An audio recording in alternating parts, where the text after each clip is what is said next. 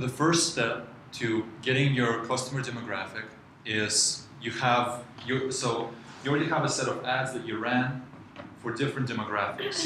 And so for example, this is Facebook, and this would be demographic number 1, 2, 3, 4, and this would be the impressions to each demographic, and this would be the actions that they take. So each demographic would take a different action. So you're saying 5,000 ads. 5,000 impressions. But you got an only response rate of 10, 12? Yeah. Okay. And when you only pay, what did you, I'm just curious on right. Facebook, but what did you pay, like $2? $2 per thousand. So okay. About $10 each. Hey Cindy. So going backwards, so what if by, like, did you authorize a limit to how much you would spend on that ad? Because what if it hit 1 million people and suddenly you didn't have a limit? You do have a spending limit. Okay. Yeah, so don't worry about that. For 1,000 impressions, you get you cap it. Right. You cap it. Yeah, you cap it. So I don't want to spend too much time on the Facebook part of it, just because we only have an hour, and we do need to. I do need to tell you guys how exactly to do this in a statistical way, to where you can actually tell which demographic is better for you than the other one, or than the average. But just to really quickly recap, what's happening is that you have your Facebook, you need to create a Facebook page, then start running ads for it. Then you go into the Power Editor, which you can access through Chrome. You create a new campaign, and then you create a new ad set. In the ad set, you can set the budget. So that addresses your question, Steven. And then for the ad itself, you can optimize for, so I optimize for page post engagement. You can actually optimize for website conversions. And this is the part where you have your, if you're not, so let's say in Steven's case, right? You have a page where somebody can pre-order your chessboard. Yeah. Actually put in their credit card information and have that authorized to where you don't build them immediately, but if the project does move forward, if you decide to move forward with it, you build them. It needs to be made clear like that. So that's essentially a purchase. So that's a great way to measure how effective an ad is. So you're taking them from impressions, and you're seeing for 1,000 impressions, how many purchases am I getting? For 10,000 impressions, how many purchases am I getting? And same thing for you, Arina. But my question is regarding like how to, I know that there's a way to build your audience with the information you have. I just don't know how to do it. Does it make sense? Do you need connect your website to like my website says on Etsy. Can I convert people from Facebook to actually purchase on Etsy? Is that what Facebook allow that? Yes. What you do need. Okay. Use your Facebook ad. Right. You do need access to whatever you need to be able to put in a Facebook tracking pixel. Have a tracking pixel. Every time that tracking pixel is displayed to somebody, it means that they made a purchase. So you have your purchase page, then they're redirected to some page, and there's the Facebook tracking pixel that says, okay, somebody purchased. And it tells Facebook, and it updates it right here in your dashboard. Nice. That's a remarketing pixel? Huh? That's a remarketing pixel? That is, so you're... That's what I'm trying to do. No, this is something else. Oh, so that's like my question. Right. Okay, so are you really just going to be focusing this on like setting up your goals and finding micro conversions and measuring that stuff? Well, so first I'll go through how to do this on Facebook really quick, because people seem to have a lot of questions about it. And second, I'll show you how to use this data. You have your impressions and you have your conversions, your actions. I'll show you how to use these two numbers to tell which demographic actually performed better than the other one, because it's not as simple as dividing one by the other. Are those four easy in math? Is that so? That's one. Those four are one ad. And you've No, different versions. Oh, those are 4 different ads. Or, they could be the same ad for different demographics, yeah. So they could be the same ad, yeah. Okay. Different, but focused on different. So Right. I was wondering if, so you actually spent, those are actually 4 separate ads that you spent. Right. Yeah. Yeah, so let's address the tracking pixel thing really fast. If you go to campaigns, view ad sets, view ads, actually view, let's go back to ad sets. No, view ads. Okay, so once you're in your ad sets, you're looking at your ad. If you're optimizing for website conversions, you scroll down. You need to put in your website URL right here, and then scroll down, scroll down, scroll down. Use a conversion pixel, optimized conversion pixel. So this is where you click. You click Create Pixel. You choose the category Checkouts because it's after they bought something. You give it a name. You click Create Pixel. You can click I can add the pixel to my website. You need to copy and paste this entire code into between the head and head sections on your page that they see after they bought something. Okay. That would be on my Etsy page.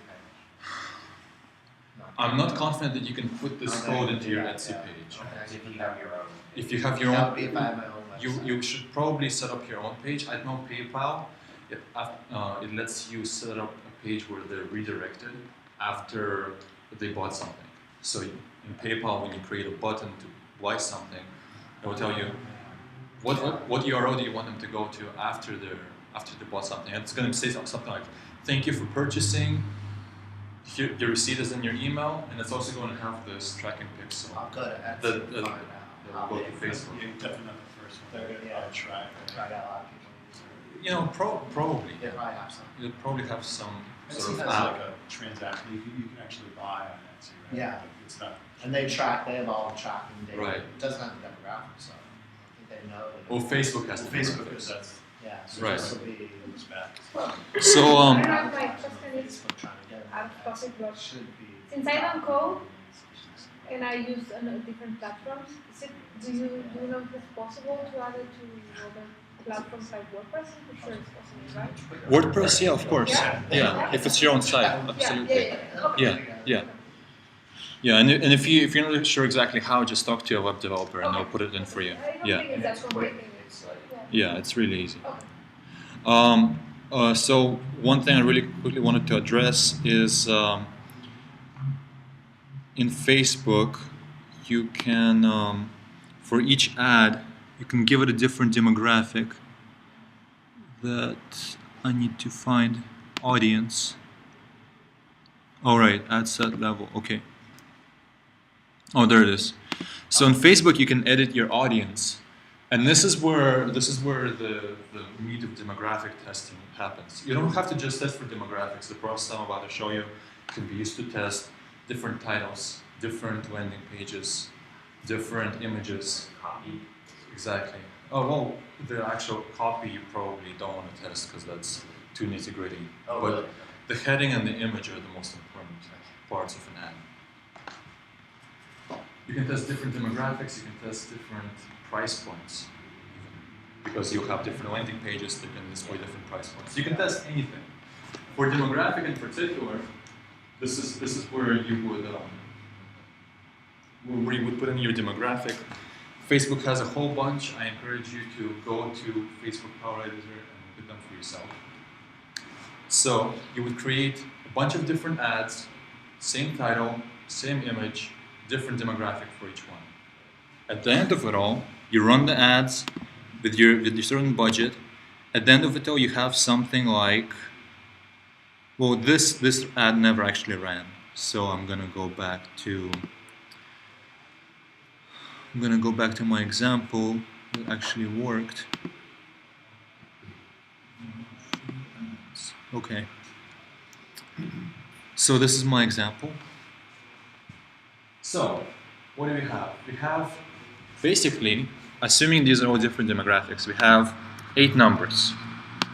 have impressions, which are 5474, 5901, 5200, and 5230. And we also have actions. 10. Actions, what you set up. So Right, that's where it's going to be. 10, 6, 9, and 8. So click means they went to the site but didn't buy or whatever. right, exactly. Yeah, so you have your impressions, you have your actions. The question is, which demographic performed the best? So which one is your ideal one, right? So now usually what people would do is they would just divide the actions by the impressions, but that's not going to give you it's not necessarily going to give you a statistically valid answer. So what you need to do instead is establish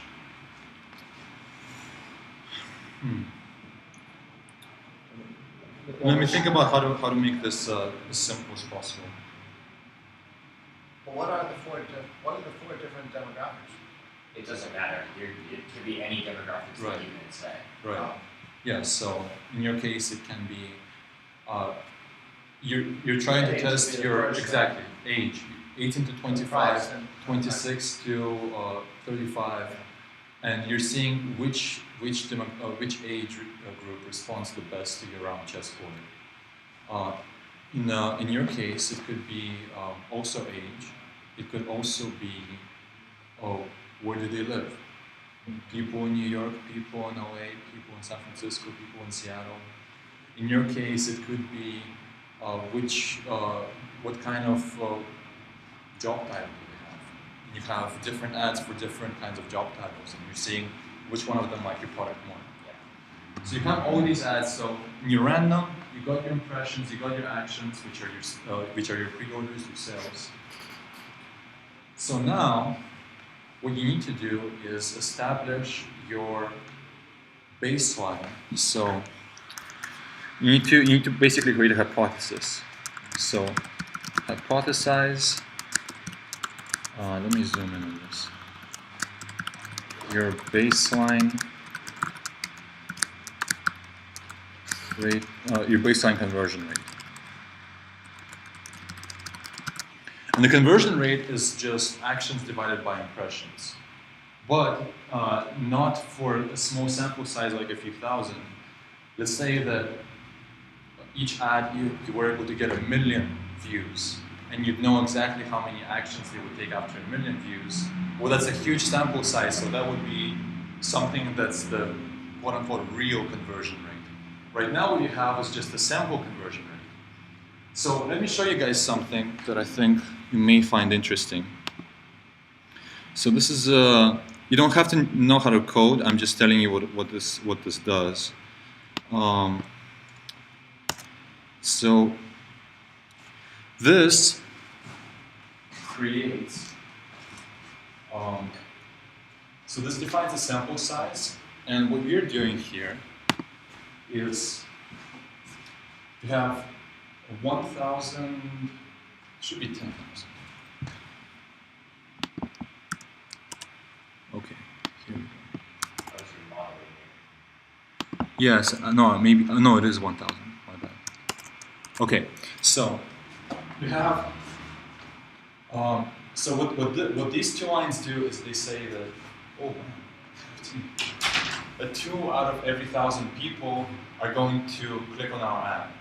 So if we run for 5,000 people, how many people do you think it's going to be? It's going to be 10 people.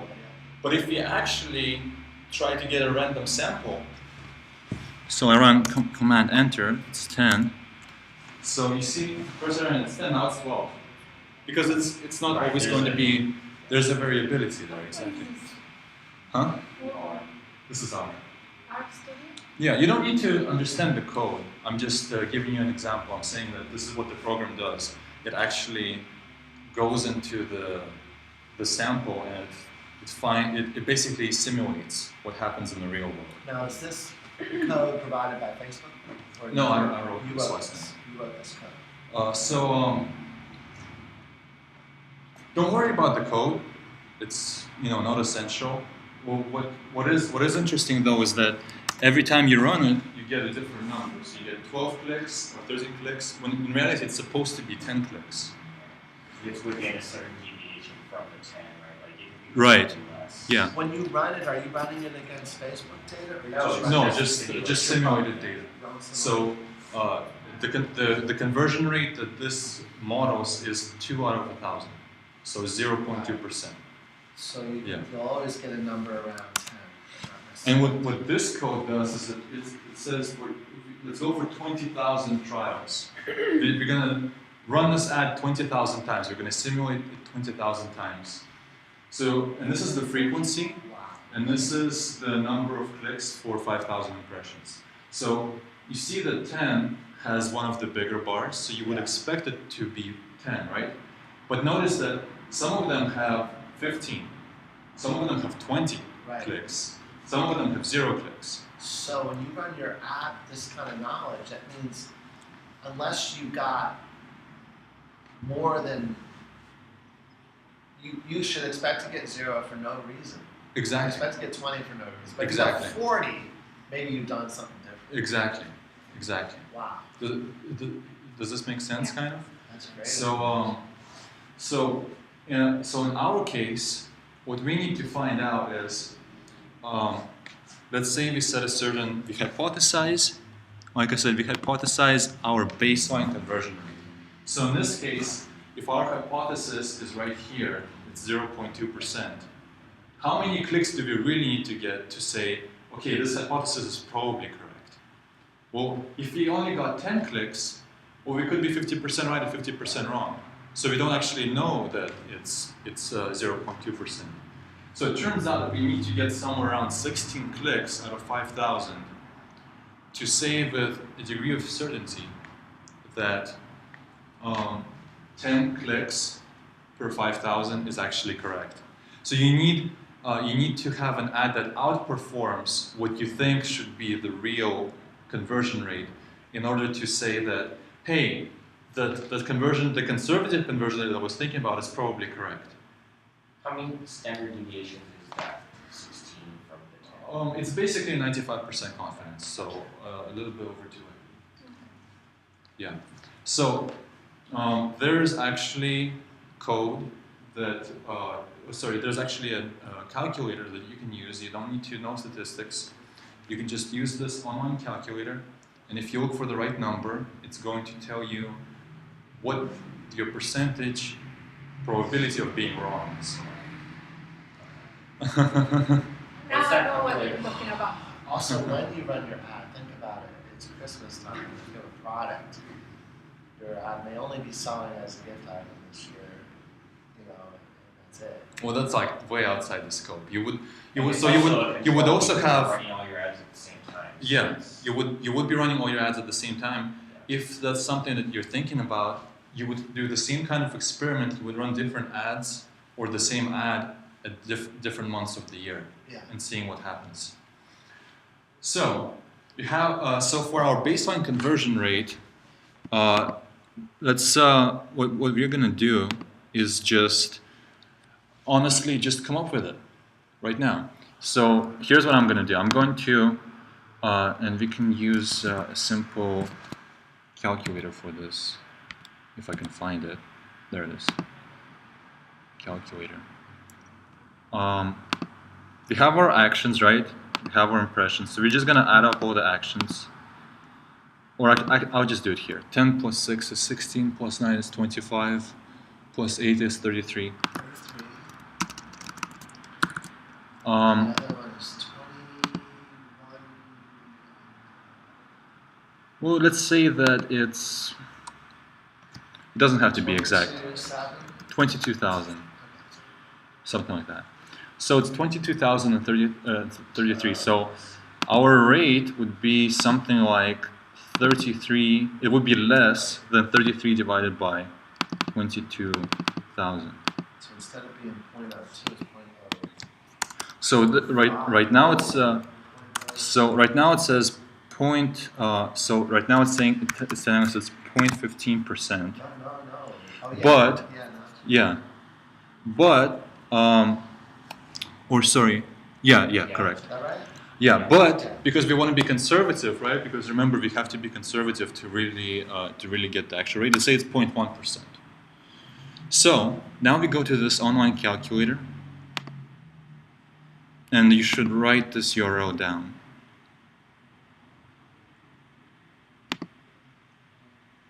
So it's ats.ucle.edu. No, sorry, this is something else. This is also very useful, but something else. Where is it? Oh, it's at the bottom. I'm sorry. Okay, so this is this calculator. So write down this URL: quantitativeskills.com/cisa/distributions/binomial.htm. Oh, that's what quantitative. Quantitative Yeah. skills. Let me try to zoom in. .com. I'm not sure that I can. Yeah, I know how. But what I'll do is I'll put it here. Okay. Here.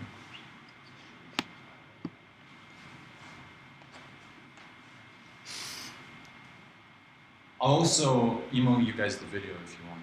Sure. Yeah. So, in this calculator,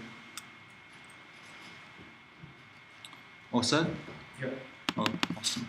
So in this calculator, we put in our expected, and our expected is our hypothesis here, which is 0.1%. So we're going to put in our expected, which is 0.001. We'll put in our observed. So we're going to do this for just the first one. All right. So for the first one, we say no. Actually, I'm sorry. We're going to do this for all of them first. So we're going to put in our 33 and we're going to put in our 22,000. Just to see if this hypothesis holds true for all of them. And the number that we're looking for is probability that the number of observations is greater than or equal to 33. And so here, you see that this number is 0.0169. Now this is your probability of being wrong, and you want this number to be less than 5%. So you want this number to be less than 5%. You want this number to be less than 0.05. So if it is less than 0.05, then you're good, and maybe you can even increase your rate a little bit. And if it's bigger than 0.05, then you need to decrease your expectations. And what is it now? It's 0.0169. So we can actually go back and increase our expectations a little bit. Let's say it's 0.12%. And now it's too large. Now it's way bigger than 0.05. So let's say it's 0.11%. And that's about right. So we can say 0.11%. That's just 0.01. So That's 1.1. So this is our hypothesis that seems to be correct for the total. So this is our hypothesized rate. Now let's see if any of the demographics perform better than the average. If any of the demographics perform better than our hypothesized rate. So we're gonna go back. We have our 0.11%. And now we can put in our actual results. So in this case we can say 10.5474. Okay. And when we look for this number, we can see that it's bigger than 0.05. So this demographic is not conclusively better. Am I saying right? What was the number there?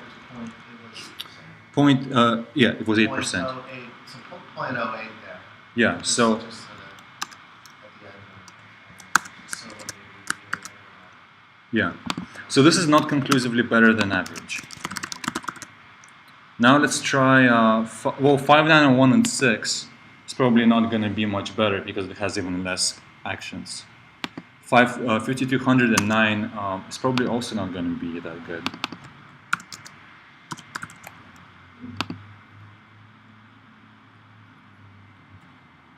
Yeah, it's 6%. And It's getting closer. 0.06, 0.08, 0.06. yeah, You're so trying for a high number, or you're trying for the point of, what are you trying to get it to? we're trying to get it to less than 0.05. Gotcha, okay. But So- when you're done, you're going to be able to Oh, see. because it's the probability that you're not gonna reach the theoretical. It's basically less than 5% chance of being Right, wrong. right. Yeah.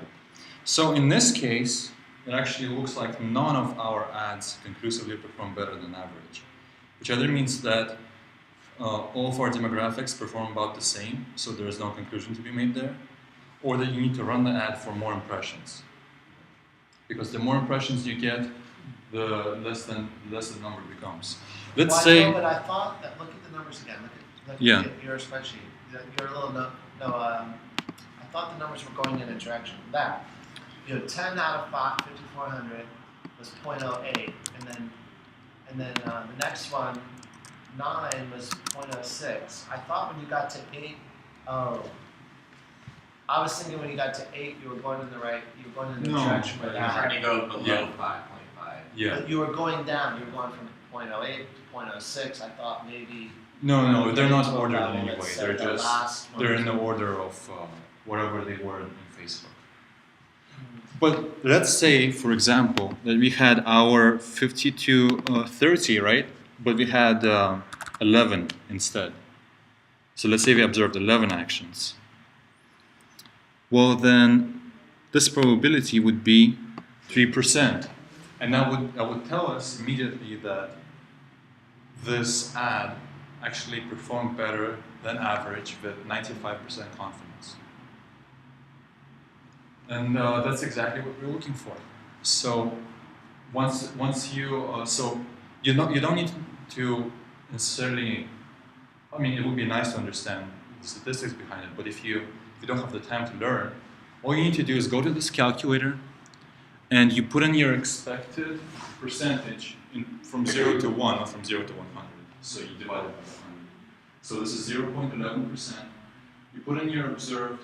You put in your sample size. So the expected. Mhm. So how do you calculate it? I just didn't understand. Right. So for the expected, we You went. did the totals. We did the total. Yeah. So we summed them all Oh, up. I got it. Okay, Yeah. okay.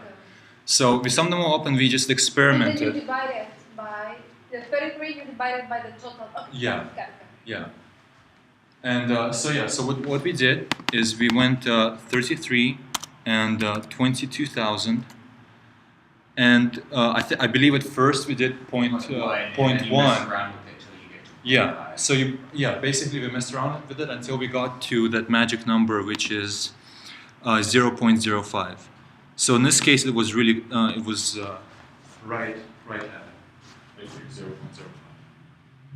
So this is you want this. So this is basically your probability of being wrong. You want either exactly at 0.05 or less. That's Yeah. How do you know if you're not just focused on like a local maximum? Like you're choosing the best ad of 4 bad ads. You know what I mean? Like you're choosing the best demographic of 4 Well, demographics. that's why we are doing the average first. That way, the ad that performs better than that number will perform better than average. But it's still the average of 4 poorly chosen demographics, right?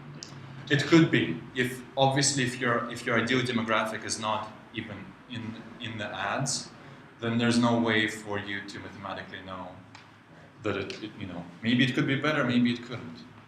That's why you need to think about it first and put in your actual Right, you can't demographic just in like there. randomly select Yeah. 4 demographics and have meaningful results. Right, you definitely need to really think about what demographics you're doing. Okay.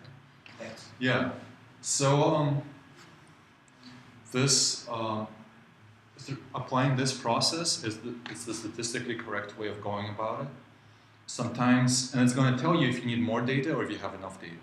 That's the important thing, because sometimes you run ads, do I run them for 10,000 views, do I run them for 100,000 views? You don't know. Following this process, you will know exactly when you're here at 0.05. And This then, is really critical because this affects your budget. You want to get a good return on your budget exactly. and then go and experiment with another ad. Exactly. Yeah. So you just run it to the point where you need to and no more. So that's why. But I would encourage you to drop it below 0.05 because there But are also, other you factors. want to run this. Say you're running an ad, and it's going great, and then it's not going great over time. Something's Right. changed. That's why you need to have that statistical confidence So because every it is time- conservative.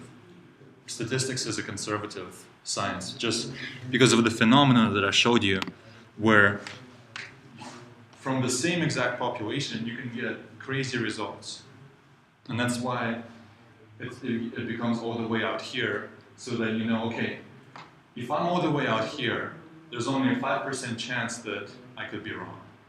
And that's exactly what this calculator is telling us.